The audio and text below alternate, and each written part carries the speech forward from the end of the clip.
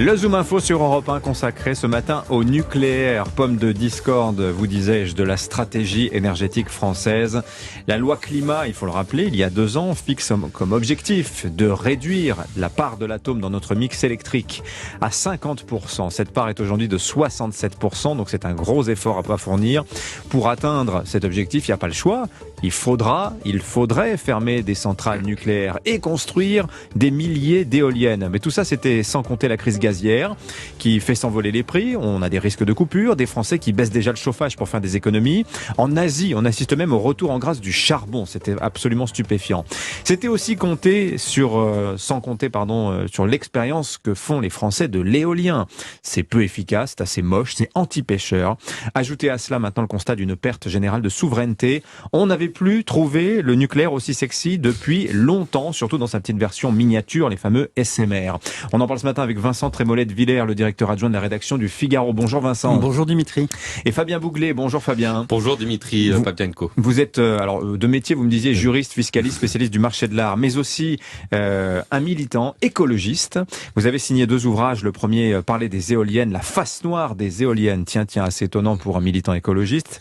Et le dernier qui vient de paraître aux éditions du Rocher, qui fait beaucoup parler de lui, cet ouvrage, Nucléaire, les vérités cachées. Votre livre, Fabien, s'ouvre sur un plaidoyer pour l'atome, comme ça les choses sont claires. Tout à fait. Et vous y allez assez fort en dressant la liste de tous les anti-nucléaires qui reconnaissent aujourd'hui s'être trompés. Tout à fait, c'est-à-dire qu'aujourd'hui, comme le GIEC a établi dans son rapport de 2018 le fait qu'il fallait multiplier par 2 dans le scénario le plus bas ou multiplier par 6 dans le scénario le plus important le nombre de centrales nucléaires d'ici 2050, parce que l'électricité nucléaire était totalement décarbonée. Vous avez un mouvement écologiste mondial où il y a de nombreux écologistes qui font leur coming out pro-nucléaire. Récemment, on a même eu le patron de Charlie Hebdo, Monsieur Valls, qui a fait son coming out. Ça a beaucoup fait parler. Yann Arthus Bertrand également. Yann Arthus Bertrand en juillet dernier. Et puis, des militants comme ce militant très important démocrate, proche de Barack Obama, qui était un des artisans défenseurs des énergies renouvelables, qui a dit « Je me suis trompé ». En fait, les énergies renouvelables développent, avec raison, le fossile. Et en fait, il faut absolument renucléariser les États-Unis et donc le monde pour assurer nos objectifs de baisse des émissions de gaz à effet de serre, comme l'a dit d'ailleurs François Bayrou à l'instant dans votre antenne. Tout à fait. Vincent Trémollet-de-Villers, vous avez publié dans le Figaro récemment une double page où vous citiez Fabien Bouglet que vous avez interviewé, et il y avait un sondage qui accompagnait cette double page. On voyait un croisement des courbes très intéressant sur la popularité des éoliennes et du nucléaire. La popularité des éoliennes était en baisse de 17% et la popularité du nucléaire était en hausse de 17%. Et pour les éoliennes restant plus populaires que le nucléaire. Oui, mais aussi, pour la première fois, le nucléaire apparaissant comme majoritairement approuvé. Puisqu'il est arrivé à 51% par les Français. Alors qu'est-ce que ça nous dit ? D'abord, moi je crois qu'il y a eu un moment Gramscien avec les éoliennes, vraiment. Gramsci disait les batailles culturelles précèdent, les victoires culturelles précèdent les victoires politiques.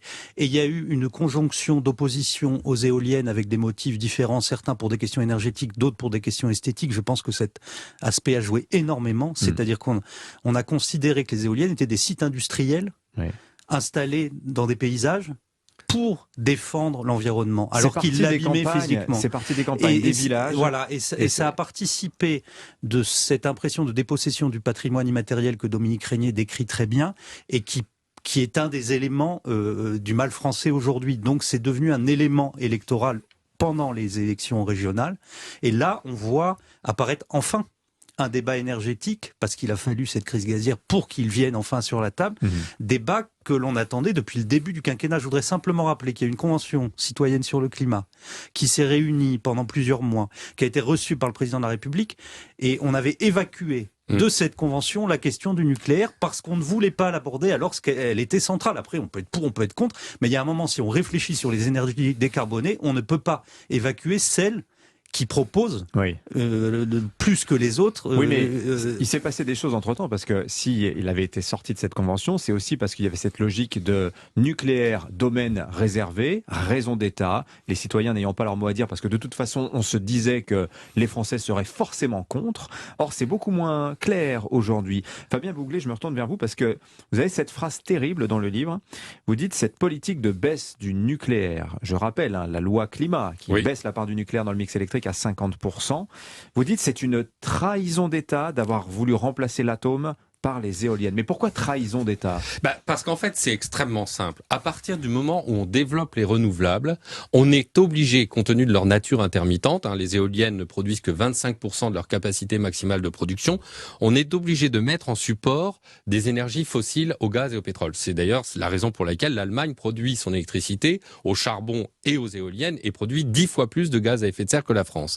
Et en fait, c'est une trahison parce que comme la France est déjà décarbonée, le fait d'installer des énergies renouvelables à la place du nucléaire nous contraint à mettre en place des systèmes au gaz, au pétrole et au charbon.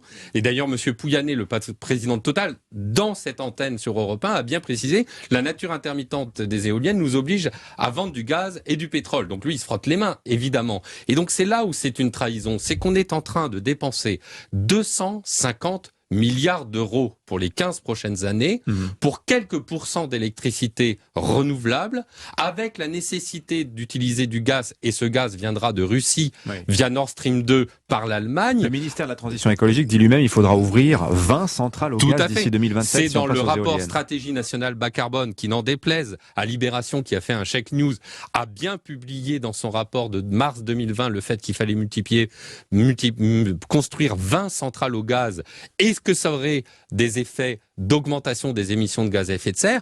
Et c'est une trahison parce que la fermeture de Fessenheim, qui produisait 2,2% d'électricité décarbonée, doit aujourd'hui être compensée par de l'électricité intermittente avec des supports aux énergies fossiles. Donc c'est une situation grave. Et moi je dis à Madame Pompili et à Emmanuel Macron, arrêtez cette politique d'apprenti sorcier, arrêtez la politique éolienne. Vous êtes en train d'installer 7 centrales au large des côtes françaises pour rien, et même la capacité installée de ces 7 centrales, 3500 mégawatts à peu près, ne compense même pas la capacité installée de Fessenheim. Donc, il y a un moment, il faut arrêter. Et alors, quand je vois le président Macron nous annoncer 1 milliard d'euros pour une filière nucléaire qui pèse 400 000 emplois, qui produit 70% de l'électricité, je dis, Monsieur Macron, votre plan nucléaire, c'est un grand flop.